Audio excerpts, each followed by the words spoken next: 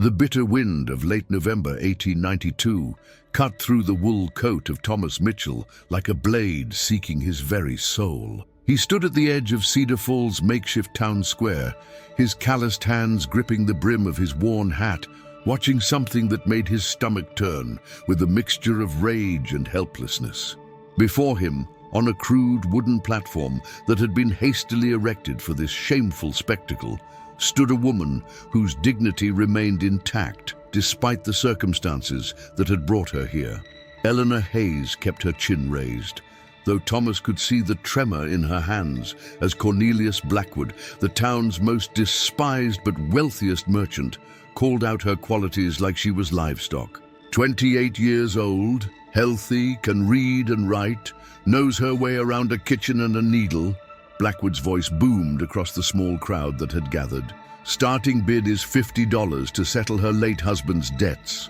Thomas felt his heart hammering against his ribs. In his 45 years, he had witnessed many injustices, but this display of human cruelty struck him differently. Perhaps it was the way Eleanor's green eyes seemed to search the crowd not for salvation, but for one face that might show her a shred of human decency. Perhaps it was how she reminded him of his beloved Martha, who had died 3 years ago, giving birth to their 5th child, a baby who didn't survive the harsh winter that followed. "Do I hear 50? Blackwood's voice cracked like a whip. A few men in the crowd shuffled uncomfortably, but no hands rose. Thomas's mind raced. $50 was nearly everything he had saved from his logging work, money he had carefully set aside for his 4 boys' future, for the lean months when the snow made work impossible. The silence stretched like a taut rope ready to snap. Eleanor's composure began to crack, just slightly, and Thomas saw her bite her lower lip to keep it from trembling. In that moment, he saw Martha's face in his memory, heard her voice whispering the words she had spoken on their wedding day. "Love isn't just what you feel, Thomas. It's what you do when feeling isn't enough. I'll take her." Thomas heard himself say, his voice carrying farther than he intended. The crowd turned as one to stare at him, and he felt the weight of their judgment, their curiosity, their disbelief. But it was Eleanor's eyes that held him, wide with surprise and something that might have been hope. Blackwood's lips curved into a satisfied smile that made Thomas's skin crawl. $50 from the Lumberjack. "Do I hear 60? The silence that followed was deafening. Thomas reached into his coat pocket and pulled out a small leather pouch, feeling the weight of his family's security in his palm. As he walked toward the platform, his boots crunching on the frost-covered ground, he caught sight of his oldest son Benjamin in the crowd, the boy's face a mask of confusion and concern. "Your money's good here, Mitchell," Blackwood said, extending his hand. "Though I must say, you're taking quite a risk. She's been through more than most women could handle." Thomas ignored the man's implications and looked directly at Eleanor. "Ma'am," he said softly, "I know this isn't how anyone would choose to meet, but I give you my word that you'll be treated with respect under my roof." Eleanor's eyes searched his face, and for a moment Thomas wondered if she might refuse, might choose whatever fate awaited her over the uncertainty of going with a stranger. But then she nodded, almost imperceptibly, and stepped down from the platform. The ride back to his cabin was conducted in silence, so thick it seemed to muffle even the sound of the horse's hooves on the frozen dirt road. Eleanor sat rigid beside him on the wagon bench, her few possessions tied in a bundle on her lap. Thomas wanted to say something, anything to break the tension, but every word that came to mind seemed inadequate or presumptuous. As they approached the cabin, Thomas saw his 4 sons standing in the doorway like a tribunal waiting to pass judgment. Benjamin, tall and serious beyond his 16 years, stood with his arms crossed. Samuel, 14 and always ready for a fight, glared with undisguised hostility. Daniel, 12 and sensitive, peered out from behind his older brothers with curiosity and concern. Little Joshua, only 8, bounced on his toes with the excitement of a child who didn't yet understand the gravity of the situation. "Boys," Thomas said as he helped Eleanor down from the wagon, "this is Mrs. Hayes. She'll be staying with us. The words hung in the air like smoke from a dying fire. Samuel was the first to break the silence. "Pa, what have you done?" His voice carried the weight of accusation and betrayal. Thomas felt Eleanor stiffen beside him. He placed a gentle hand on her elbow, not possessive but protective, and looked at each of his sons in turn. "I've done what I hope you would do if you saw someone in need," he said quietly. "Mrs. Hayes has nowhere else to go, and we have room." "We have room?" Samuel's voice cracked with emotion. "Pa, we barely have enough food for ourselves, and winter's coming hard. How are we supposed to feed another mouth?" Before Thomas could respond, Eleanor stepped forward, her voice steady despite the obvious strain. "I don't expect charity," she said, addressing the boys directly. "I can work for my keep. I can cook, clean, mend clothes, tend to injuries. I won't be a burden." Joshua, bless his innocent heart, stepped forward with a gap-toothed smile. "Are you going to be our new mama?"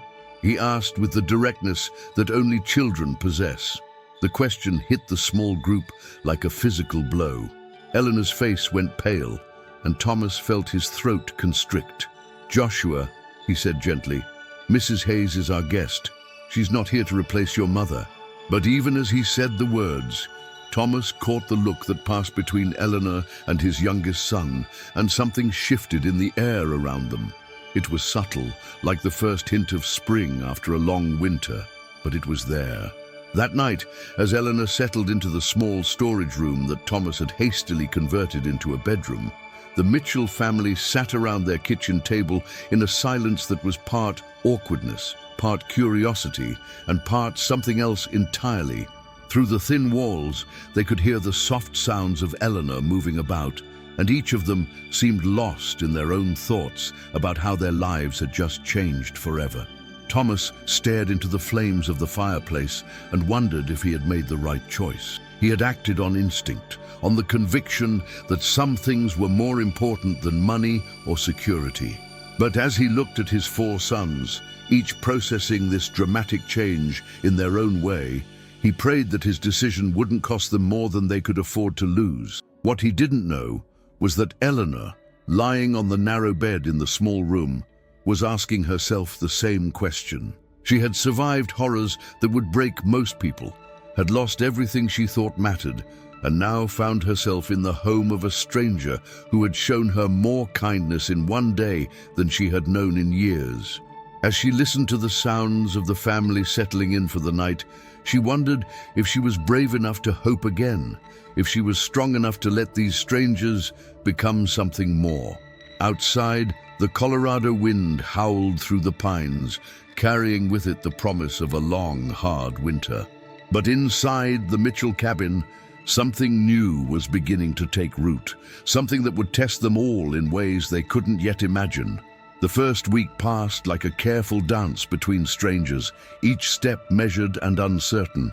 Eleanor rose before dawn, moving through the cabin like a ghost, trying not to disturb the living. She had coffee ready when Thomas stumbled from his room, his hair disheveled and his eyes heavy with the weight of decisions that haunted his sleep.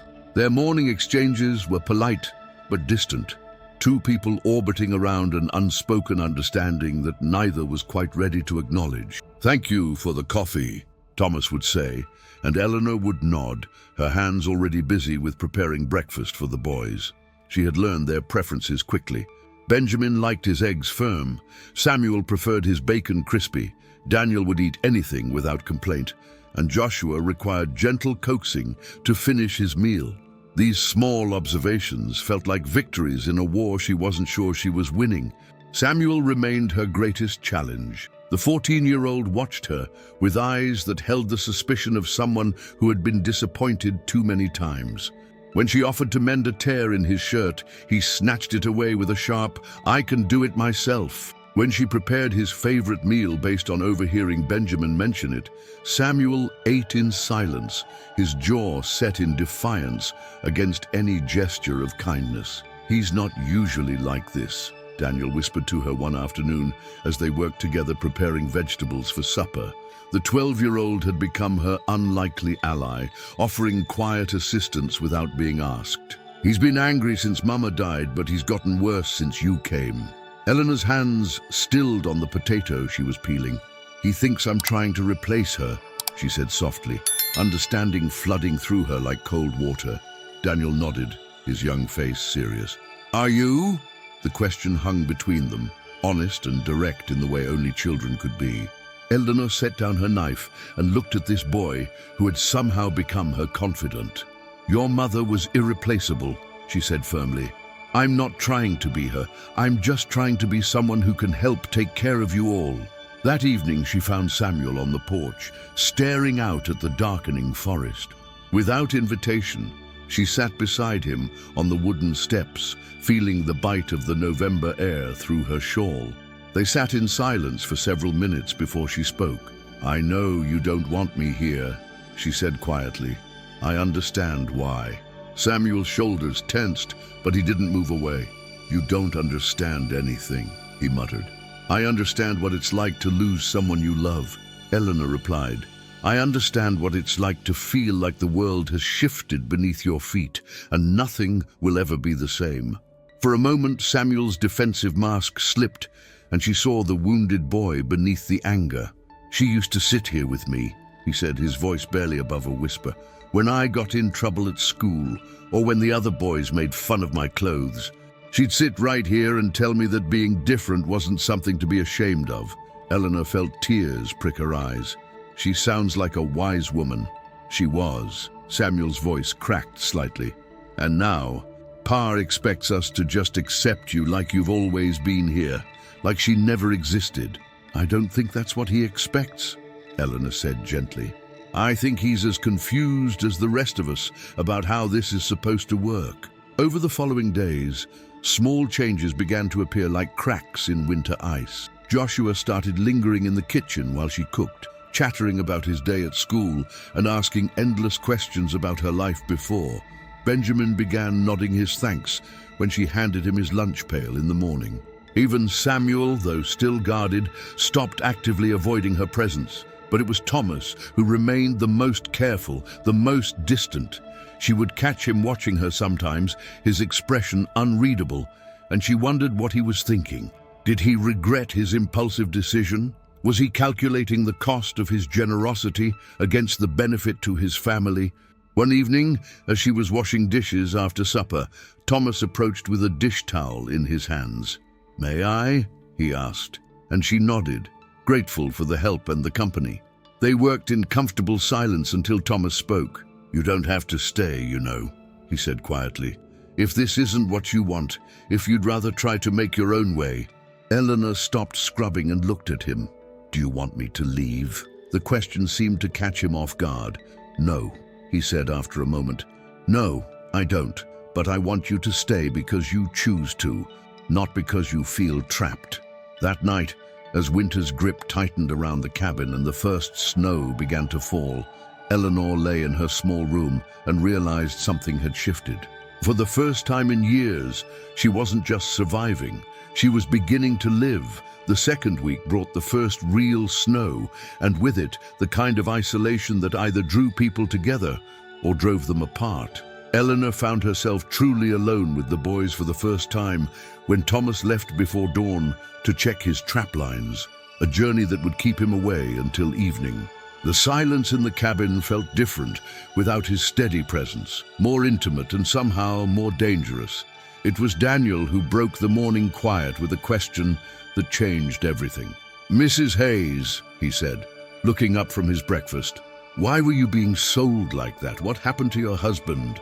Benjamin shot his younger brother a warning look, but the question hung in the air like smoke. Eleanor set down her coffee cup with hands that trembled slightly.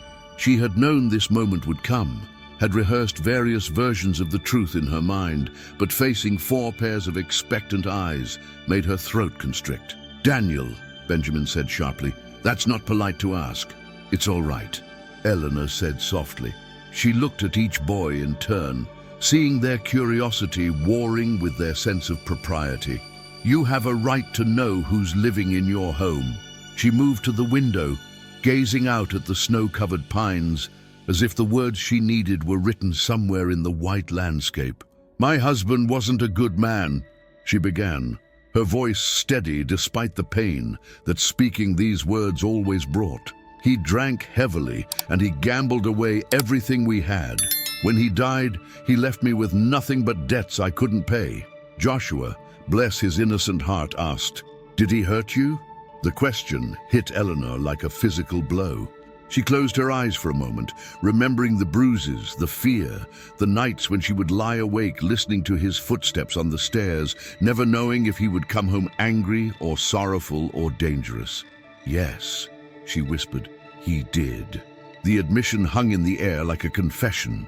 When she turned back to face the boys, she saw something she hadn't expected in their faces, not pity, but understanding. These children had lost their mother, had watched their father struggle with grief and responsibility. They knew what it meant to survive something that left invisible scars. Samuel, who had been silent throughout the exchange, suddenly stood up from the table. "That's why you flinch sometimes," he said, his voice matter-of-fact. "When someone moves too fast or speaks too loud." Eleanor nodded, surprised by his perceptiveness. "I'm working on that," she said. "Pa never raised a hand to Mama," Benjamin said quietly. "Not once. He's not that kind of man." "I know," Eleanor replied. "I can see that in how he talks to you, how he looks at you. You're lucky to have him." The conversation might have ended there, but Joshua, with the fearless curiosity of childhood, asked, "Do you have any children?" This question broke something loose in Eleanor's chest. She sat down heavily at the table, her hands clasped tightly in her lap. "I had a daughter," she said, her voice barely above a whisper. "She was born too early, lived only a few hours. Her name was Grace." The silence that followed was different from the awkward quiet of the previous days. This was the silence of shared grief, of understanding that some losses never fully heal. Daniel reached across the table and patted her hand with the gentle awkwardness of a 12-year-old trying to comfort an adult. "I'm sorry," he said simply. The rest of the day passed with a different energy. The boys seemed to move around her more naturally, as if her admission of vulnerability had somehow made her more real to them. Samuel even asked her to help him with his arithmetic homework, sitting beside her at the kitchen table as she explained the problems with patience he had never shown her before. That evening, when Thomas returned from his trap lines, he found them all gathered around the fireplace. Eleanor was mending socks while the boys played a card game, their laughter filling the cabin with warmth. He stood in the doorway for a moment, snow still clinging to his coat, and watched this scene of domestic peace with something like wonder. "Did I miss something?" he asked, and Eleanor looked up at him with eyes that held less guardedness than he had seen since the day he brought her home. "We got to know each other a little better," she said simply. Later, as the boys prepared for bed, Thomas found Eleanor cleaning up the kitchen. "They seem different tonight," he observed, "more comfortable." Eleanor nodded, still not quite meeting his eyes. "I told them about my past, about why I was being sold." Thomas felt his chest tighten. "That must have been difficult." "It was," Eleanor admitted, "but it was also necessary. They needed to understand that I'm not trying to erase their mother's memory. I'm just trying to find my place here if there is one." Thomas studied her face in the firelight, seeing the strength it must have taken to share her painful history with his children. "There is," he said quietly, "if you want there to be." For the first time since she had arrived, Eleanor smiled at him, and Thomas felt something shift in his chest, something that had been frozen since Martha's death beginning to thaw. 3 weeks into December, the fragile peace that had settled over the Mitchell household was shattered by the sound of horses approaching through the snow. Eleanor was in the kitchen preparing lunch when she heard the hoofbeats, and something in the rhythm of their approach made her blood run cold. She moved to the window and felt her heart stop when she saw Cornelius Blackwood dismounting from a black stallion, flanked by 2 men she didn't recognize. "Boys!" she called, trying to keep her voice steady. "Come away from the windows." Benjamin appeared in the kitchen doorway, took one look at her face, and immediately understood something was wrong. "What is it?" he asked, moving to peer outside. Before Eleanor could answer, Blackwood's voice boomed across the yard. "Mitchell, I know you're in there. We need to talk." Thomas emerged from the barn where he had been repairing a harness, his posture immediately defensive as he saw the visitors. Eleanor watched through the window as he approached the men, his movements careful and controlled. She couldn't hear the words being exchanged, but she could read the tension in every line of Thomas's body. "What does he want?" Samuel asked, joining them at the window despite Eleanor's earlier instruction. His voice carried the edge of protectiveness that had surprised her in recent days. "Nothing good," Eleanor whispered, her hands gripping the windowsill so tightly her knuckles had turned white. The conversation outside grew more heated. Eleanor could see Blackwood gesturing aggressively, while Thomas stood his ground with the quiet determination she had come to recognize. One of Blackwood's companions had his hand resting on the gun at his hip in a way that made Eleanor's stomach clench with familiar fear. Suddenly, the kitchen door burst open and Thomas strode in, his face grim. "Eleanor," he said without preamble, "Blackwood claims the sale wasn't legal, says you belong to him until your husband's full debts are paid." Eleanor felt the blood drain from her face. "That's impossible. You paid what he asked." "He says he only sold you my use for the winter," Thomas replied, his voice tight with controlled anger. "Says he's taking you back to town to be sold again, this time for the full amount owed." "How much?" Benjamin asked, though Eleanor could see in his eyes that he already knew the answer would be more than they could possibly afford. $200, Thomas said quietly. The number hit the room like a physical blow. $200 was more money than most families in Cedar Falls saw in 2 years. It was impossible, and they all knew it. "I won't go," Eleanor said, surprising herself with the firmness in her voice. "I won't let him sell me again." "You don't have a choice," Samuel said, but his voice cracked with emotion. "None of us do." "Yes, we do," Joshua piped up with the simple confidence of childhood. "Pa, you tell that mean man to go away. Tell him Eleanor is ours now." If the situation hadn't been so dire, Eleanor might have smiled at the 8-year-old's protective declaration. Instead, she felt tears sting her eyes at the realization that these boys who had barely known her a month ago were willing to fight for her. "There might be another way," Daniel said quietly. All eyes turned to the 12-year-old who was studying the situation with the thoughtful intensity that made him seem older than his years. "What if we had something else Blackwood wanted? Something worth more than money?" Thomas frowned. "What are you thinking, son?" "The North Timber rights," Daniel said. "The ones grandfather left you. Blackwood's been trying to buy them for years." Eleanor saw the pain flash across Thomas's face. Those timber rights were his legacy, his security, the inheritance he planned to leave his sons. But they were also the only thing of real value he possessed. "Those rights are worth 10 times what Blackwood is asking," Benjamin said slowly, understanding where his younger brother's thoughts were heading.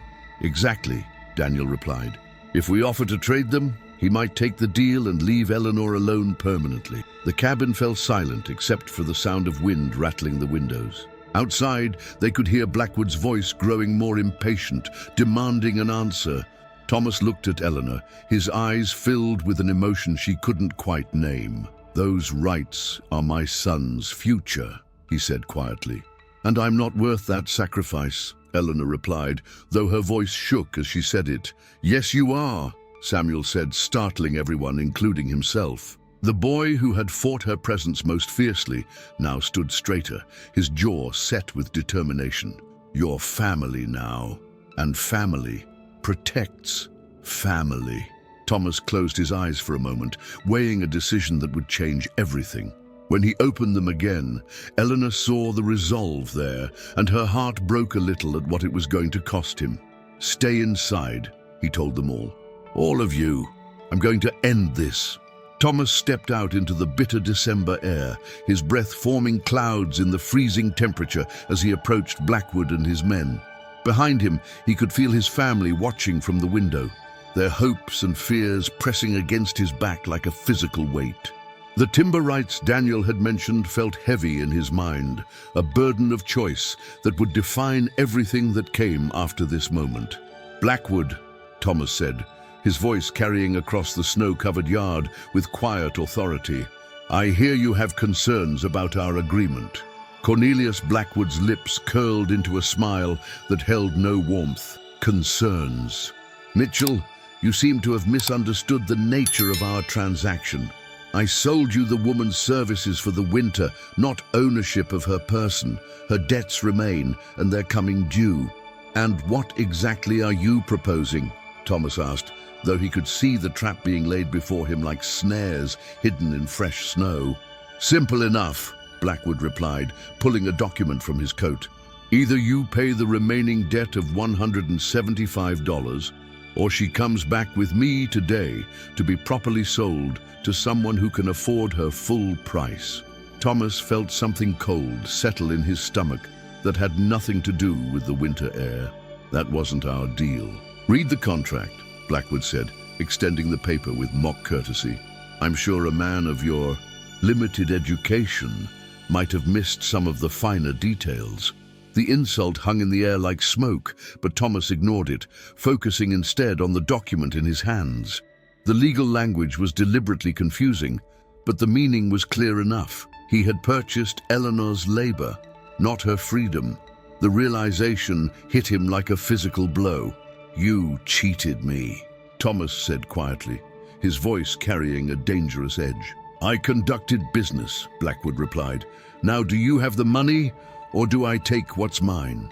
Thomas looked back at the cabin, where he could see Eleanor's pale face in the window, surrounded by his 4 sons. In that moment, he saw not just the woman he had impulsively decided to help, but the person who had become integral to their daily lives, who had brought laughter back to Joshua's eyes and helped Samuel find his way past his anger. He saw the family they had become, imperfect and unexpected but real. "I have something better than money," Thomas said, his voice steady despite the magnitude of what he was about to do. "The North Timber rights. 40 acres of the finest logging land in the territory." Blackwood's eyes sharpened with interest, though he tried to hide it. "Those rights are worth considerably more than what's owed." "Consider it payment in full for Eleanor's complete freedom," Thomas replied. "No more debts, no more claims. She becomes a free woman, and we never see you again." The silence stretched between them like a taut rope. Thomas could hear his heart beating in his ears, could feel the weight of generations of Mitchell land and legacy balanced on this single moment. Behind him, he sensed movement at the cabin window and knew his family was watching their future being decided. "Pa, no!" Benjamin's voice carried across the yard as the boy burst from the cabin, followed immediately by his brothers and Eleanor. "Those rights are ours. They're our inheritance." "Benjamin, get back inside," Thomas ordered, but his eldest son kept coming, his face flushed with emotion and cold. "We won't let you do this," Samuel said, surprising everyone by standing shoulder to shoulder with his brother. "Not for us." Eleanor reached them then, her eyes bright with tears. "Thomas, please, I can't let you give up your son's future for me." "Those rights mean nothing if I can't protect the people I care about," Thomas said firmly, his gaze moving from Eleanor to each of his boys. "A man's true legacy isn't land or money. It's the family he builds and the choices he makes to protect them." Blackwood watched this family drama with calculating eyes. "Touching," he said dryly. "But I'll need those papers signed and witnessed before I consider this debt settled." "There's one more condition," Thomas said, surprising the merchant. "We do this properly with witnesses from town. And if you ever come near my family again, for any reason, you'll answer to me personally." The threat in Thomas's voice was unmistakable, and even Blackwood's armed companions shifted nervously. The merchant studied Thomas's face for a long moment, then nodded slowly. "Agreed. We'll meet at the courthouse tomorrow morning. Bring the deed." As Blackwood and his men rode away, the family stood together in the snow, watching until the riders disappeared into the forest. The silence that followed was filled with the weight of what had just been decided. "I'm sorry," Eleanor said, her voice breaking. "I never wanted this to cost you so much." Thomas turned to face her, his weathered hands gentle as he lifted her chin so she had to meet his eyes. "Eleanor Hayes," he said quietly, You are worth every sacrifice. You've brought this family back to life, given my boys something I couldn't give them alone. Those timber rights were just land, but this is home." Joshua, who had been unusually quiet, suddenly broke free from the group and wrapped his arms around Eleanor's waist. "Does this mean you're really staying forever?" he asked, his voice muffled against her coat. Eleanor looked down at the boy who had claimed her heart from the first day, then at each of the others who had slowly but surely become her family. "Yes," she said, her voice strong and sure, "forever." That evening, as they sat around the fire, Thomas watched his sons and Eleanor planning for Christmas, their voices mixing with laughter and gentle teasing. Outside, the Colorado wind still howled through the pines, but inside, the Mitchell cabin was filled with something that money could never buy, the warmth of a family forged not by blood alone, but by choice, sacrifice, and love. The lumberjack with 4 sons had indeed bought a stranger, but in the end it was love that had made her their mother.